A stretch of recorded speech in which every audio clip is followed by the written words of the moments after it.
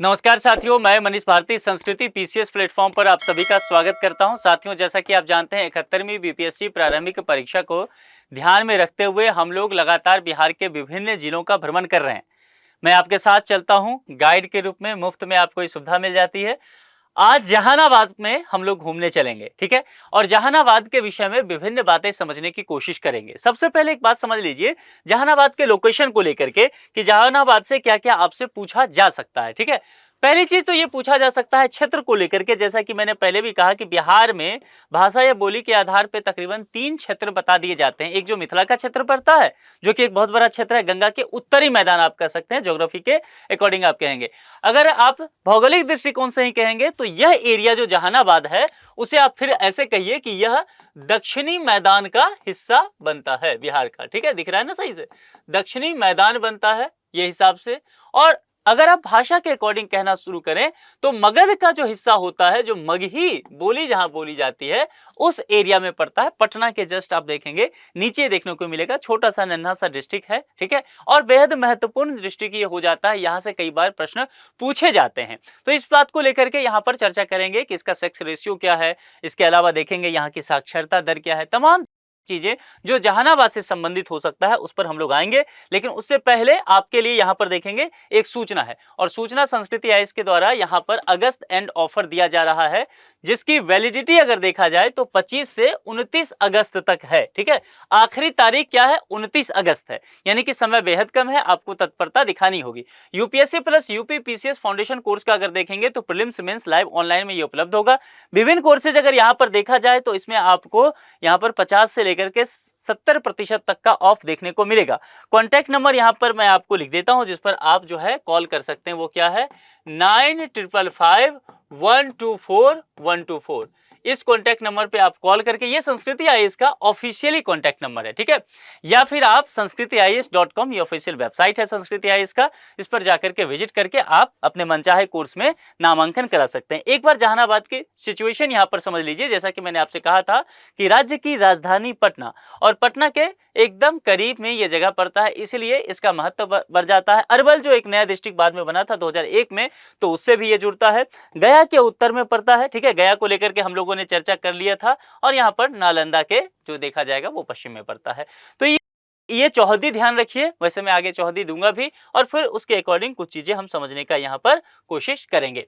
सबसे पहले जनसांख्यिकी को लेकर के देखते हैं। जो 2011 का सेंसस हमारे पास है उसके अकॉर्डिंग ही हमें चलना पड़ेगा। अगर जनसंख्या की स्थिति देखेंगे तो देखिए यहाँ पर कुल 11,25,313 है। अब ये डेटा आपको याद नहीं करना है, ध्यान से समझिए। मैंने आपसे पहले भी कहा था जहानाबाद एक छोटा सा डिस्ट्रिक्ट पड़ता है, पटना गया के बीच में फंसा हुआ छोटा सा डिस्ट्रिक्ट आपको दिखेगा, जैसा कि आपको इस मैप में भी नजर आ रहा है। गया और पटना के बीच में ये फंसा हुआ है। अब यहाँ पर एक बात समझिए, जहां पर हमने देखा कि 2011 के सेंसस के अकॉर्डिंग भी बिहार के विभिन्न डिस्ट्रिक्ट की आबादी अगर क्षेत्र के हिसाब से देख लेते, जब हम वो मिथिला वाला हिस्सा चल रहे थे उसमें हमने देखा था कि तमाम डिस्ट्रिक्ट ऐसे हैं जिसकी आबादी, चाहे वो दरभंगा हो जाए, मधुबनी हो जाए, समस्तीपुर हो, वैशाली हो, मुजफ्फरपुर हो जाए, पश्चिमी चंपारण, पूर्वी चंपारण, सीतामढ़ी, शिवहर को छोड़ करके इन तमाम डिस्ट्रिक्ट को हमने देखा कि ये 40 लाख के आसपास इसकी आबादी है। ट्रेंड को समझिए। जबकि हमने सीमांचल में जब हम चलना शुरू किए थे, चाहे वो पूर्णिया, कटिहार, किशनगंज, अररिया, ये वाला सहरसा, सुपौल, मधेपुरा, इस क्षेत्र में हमने देखा कि आबादी उसके मुकाबले कम हुआ, वो तकरीबन जो है 20 लाख के आसपास सिमट गया। लेकिन अगर आप मगध के क्षेत्र में देखेंगे तो ये पैटर्न आपको ठीक से नहीं समझ में आएगा। क्योंकि समझिए, एक डिस्ट्रिक्ट का आबादी, जैसे गया का मैंने कहा, गया की पॉपुलेशन 40 लाख के पार निकल जाएगा। वहीं देखिए बगल में जहानाबाद है और इसकी आबादी जो है केवल 11 लाख देखने को मिलेगा। तो ये पैटर्न ठीक से समझना पड़ेगा। क्योंकि ये जो मैंने आपको बताया था कि जहानाबाद जो है वो दक्षिणी मैदान का हिस्सा पड़ता है, इस एरिया में जो मगध का ये हिस्सा पड़ता है, बहुत सारे क्षेत्र ऐसे देखने को मिलेगा जो कि पहाड़ी क्षेत्र है।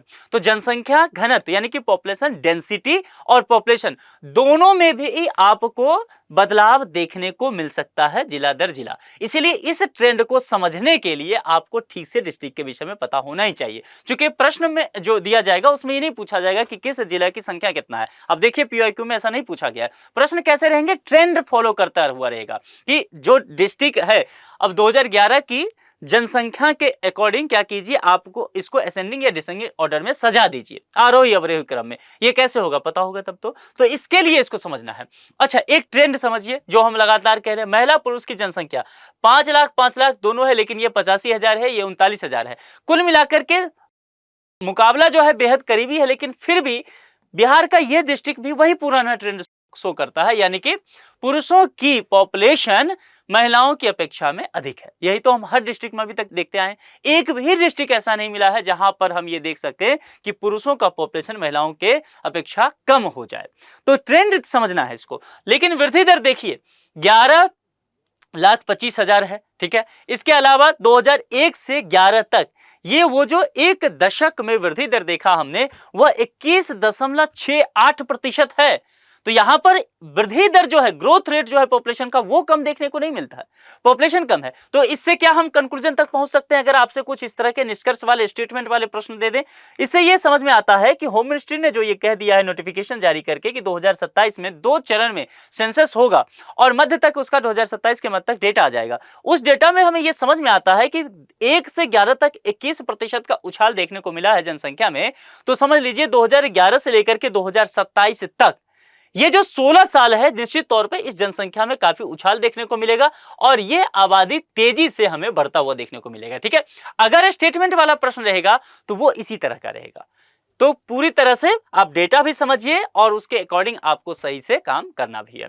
साक्षरता दर, लिटरेसी रेट की अगर बात किया जाए तो कुल देखेंगे वह 66.80। अब यहां पर देखिए बिहार के लेवल पर यह बेहतर नजर आएगा। राज्य का जो साक्षरता दर है लगभग उससे बेहतर ही है ये। पुरुष का देखेंगे तो बहुत बेहतर है, 77.66%। लगभग जहानाबाद उन डिस्ट्रिक्ट में पड़ता है जहां पर साक्षरता दर जो है वह सबसे अधिक देखा जाता है, यानी कि पुरुषों का। और महिलाओं की अगर बात किया जाए तो महिला भी यहां पर देखेंगे 55.01% है। हमने विभिन्न डिस्ट्रिक्ट में ये देखा कि महिलाओं की साक्षरता दर 50 से कम ही है। अब देखिए जहानाबाद निश्चित तौर पर महिला साक्षरता में बेहतर प्रदर्शन करता नजर आ रहा है और ये 2011 तक का कंडीशन है। 27 में जब सेंसस आएगा निश्चित तौर पर इसमें हम लोग और परिवर्तन देखेंगे। देखिए ये जो डेटा मैं बता रहा हूं ना और एक्सप्लेन कर रहा हूं, ये बिहार के ही बाकी जो डिस्ट्रिक्ट है उसके सापेक्षता के आधार पर हमें समझना पड़ेगा। मैं ये नहीं कह रहा हूं कि 66% जो साक्षरता दर है जहानाबाद का ओवरऑल वो अपने आप में बहुत बेहतर है, मैंने ऐसा नहीं कहा। मैंने कहा लेकिन कि बेहतर है। क्यों? क्योंकि बाकी डिस्ट्रिक्ट का हम देखेंगे तो वो 50 पर जाता है, वो 60 पे है, वो 64 पे है या वो 54 पे ही खत्म हो जाता है। तो हम जब भी तुलना करेंगे, मान लीजिए ऐसा तो नहीं है ना कि बिहार की तुलना हम यहाँ न्यू दिल्ली का किसी दक्षिणी जिला से कर लेंगे, ऐसा नहीं। बिहार के ही डिस्ट्रिक्ट से तुलना करना पड़ेगा उस एरिया का, तो उसके आधार पर ही आपसे प्रश्न बनेंगे। अब लिंगानुपात की बात करते हैं, सेक्स रेशियो की बात करते हैं। अगर यहाँ पर देखा जाए सेक्स रेशियो में जिस तरह से हम लोग सबसे पहले समझते हैं कि 1000 मेल पर फीमेल की संख्या कितनी है, यह हम फाइंड आउट करते हैं। सामान्य लिंगानुपात में हम देखते हैं कि 922, यानी कि ये प्रदर्शन अपने आप में बहुत बेहतर है। ध्यान रखिएगा 2011 तक में ही इतना बेहतर है, तो 27 तक में और बेहतर ये हो सकता है। और शिशु लिंगानुपात की बात किया जाएगा तो 0 से 6 ईयर के बीच ये होता है कि 1000 मेल बच्चों पर फीमेल जो बच्चियां हैं उनकी संख्या क्या है। और शिशु लिंगानुपात देखेंगे यह भी 922 है। अच्छा, ये पूछा जा सकता है फिर आपसे कि कौन सा ऐसा डिस्ट्रिक्ट पड़ता है जहां पर 2011 के सेंसस के अकॉर्डिंग लिंगानुपात सेक्स रेशियो के अंतर्गत सामान्य लिंगानुपात और शिशु लिंगानुपात एक ही है। तो मेरे ख्याल से अभी तक हम जितने भी डिस्ट्रिक्ट घूमने गए हैं उसमें जहानाबाद का नाम जहन में रखिएगा, ये दोनों 922 पर आकर के रुकता है, ठीक है। और निश्चित तौर पर यह शिशु लिंगानुपात अगर 922 है तो आने वाले समय में यही सामान्य लिंगानुपात में कन्वर्ट होगा, तो यह बढ़ता हुआ 922 से यह आंकड़ा हमें तेजी से बढ़ता हुआ 2027 के सेंसस में हमें देखने को मिलेगा। उम्मीद है कि 950 या 60 से ऊपर हमें देखने को मिले, तो ये बहुत बेहतर कंडीशन यहाँ पर जहानाबाद जो है वो शो करता है। क्षेत्रफल के लिहाज से देखेंगे 931 वर्ग किलोमीटर। देखिए ये वर्ग मत भूलिएगा, हर लेक्चर में मैं बताता हूं, क्योंकि आप लोग में बहुत सारे लोग ये गलतियां करते हैं, है ना। क्योंकि ये क्षेत्रफल स्क्वायर की बात किया जा रहा है, मैथमेटिक्स आपने पढ़ा है, तो ये वर्ग किलोमीटर होता है। जन घनत्व पॉपुलेशन डेंसिटी समझने की कोशिश कीजिए। गजब का जहानाबाद यहां पर आंकड़ा शो करता है, 11 लाख का केवल यहां पर देखेंगे आबादी वाला यह जिला 1209 पर वर्ग किलोमीटर पॉपुलेशन डेंसिटी रखता है। देखिए बिहार जो है ना बिहार एक ऐसा दिलचस्प स्टेट है जहां पर बहुत सारे फैक्ट आपको ठीक से समझने पड़ेंगे। इंडिया के लेवल पर अगर देखा जाए पैन इंडिया पर, तो बिहार का पॉपुलेशन डेंसिटी सबसे अधिक पड़ता है, वो पहले नंबर पे। अभी आरओ का जो प्रारंभिक परीक्षा हुआ था, डिट्टो यही प्रश्न पूछा है, ठीक है, वो आरओ का बस अभी का प्रश्न पत्र देख लीजिए, ठीक, तो आपको समझ में आ जाएगा, यूपी में डिट्टो यही प्रश्न है। अब यहां पर एक बात समझिए, जब जहानाबाद 11 लाख का पॉपुलेशन है, तो हमें यह समझ में शायद आएगा कि यहां पर पॉपुलेशन डेंसिटी कम होना चाहिए, क्योंकि बिहार के कई डिस्ट्रिक्ट में हमने देखा कि 700, 800, 850, 900 के आसपास है। 1200 तो बहुत कम जगह हमने देखा, लेकिन क्षेत्रफल भी देखिए इसका कम है, यानी कि इसके पास एरिया कम है तो पॉपुलेशन भी कम है, लेकिन यहां पर जनघनत्व तो बहुत ज्यादा है, वो 1200 से अधिक है। तो निश्चित तौर पर ये जो है यहां पर पॉपुलेशन डेंसिटी बहुत ज्यादा है, मैक्सिमम है।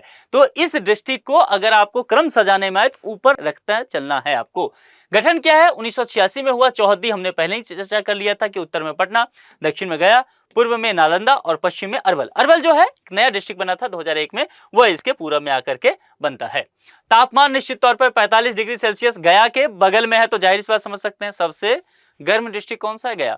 तो उसके आसपास जो भी डिस्ट्रिक्ट होगा वहां भी टेम्परेचर ज्यादा ही देखने को मिलेगा, और न्यूनतम देखिए यह बेहद कम तक आ जाता है। तो जैसे बाकी जगह भी देखने को मिलेगा, ये 8 पर रखिएगा, 0.8 नहीं है, 8 डिग्री सेल्सियस रखिएगा। औसत वर्षा जो है 1074.5 मिलीमीटर, समुद्र तल से ऊंचाई 113 मीटर, और मिट्टी जो है बलथर पुरानी मिट्टी देखने को मिलेगा। प्रमुख नदियां वहां पर वही फल्गु, फल्गु किस लिए मैंने पढ़ाया था, गया वाला, तो वही नदी यहां भी देखने को मिलेगा, जिस नदी का मैंने कहा था कि फल्गु एक ऐसी नदी है जहां पर पांव पैदल आप एक छोर से दूसरे छोर तक आ जा सकते हैं। नदी के बीच में ट्यूबवेल देखने को मिलेगा, चापाकल देखने को मिलेगा, नदी के बीच में बच्चे क्रिकेट खेलते हुए देखने को मिलेगा।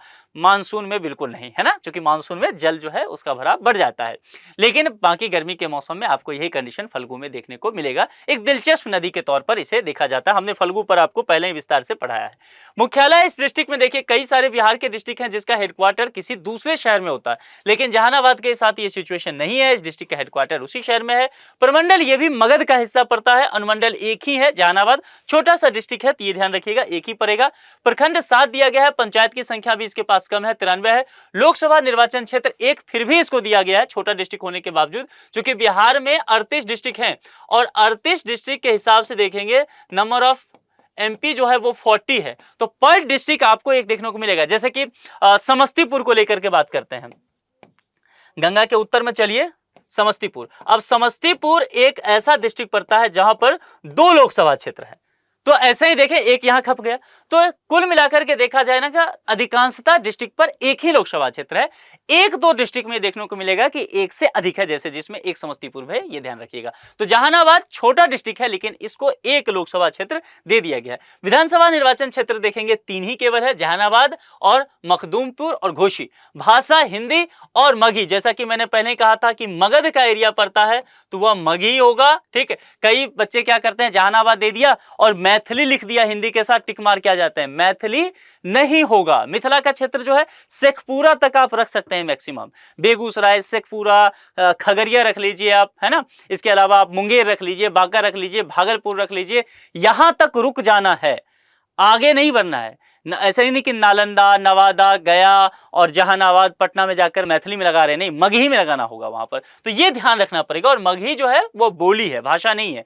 मगही और भोजपुरी बोली, मैथिली भाषा, और मैथिली एकमात्र यहाँ की क्षेत्रीय लैंग्वेज होगा बिहार का, जो कि संविधान के 8वीं अनुसूची में शामिल है। जो 22 भाषाएं हैं ना, उसमें एक मैथिली भी है। तो भाषा के अकॉर्डिंग भी तैयारी करते चलिए। यहाँ पर क्या होगा, मगही अगर प्रमुख दे और एक ही चूज करना हो और विकल्प में हिंदी और मगही दोनों हो, तो बताइए आप क्या चूज करेंगे, मगही। प्रमुख जो सबसे महत्वपूर्ण है, वहां का जो सबसे अच्छा विकल्प है, वही प्रश्न का जवाब होगा, तो मगही के साथ।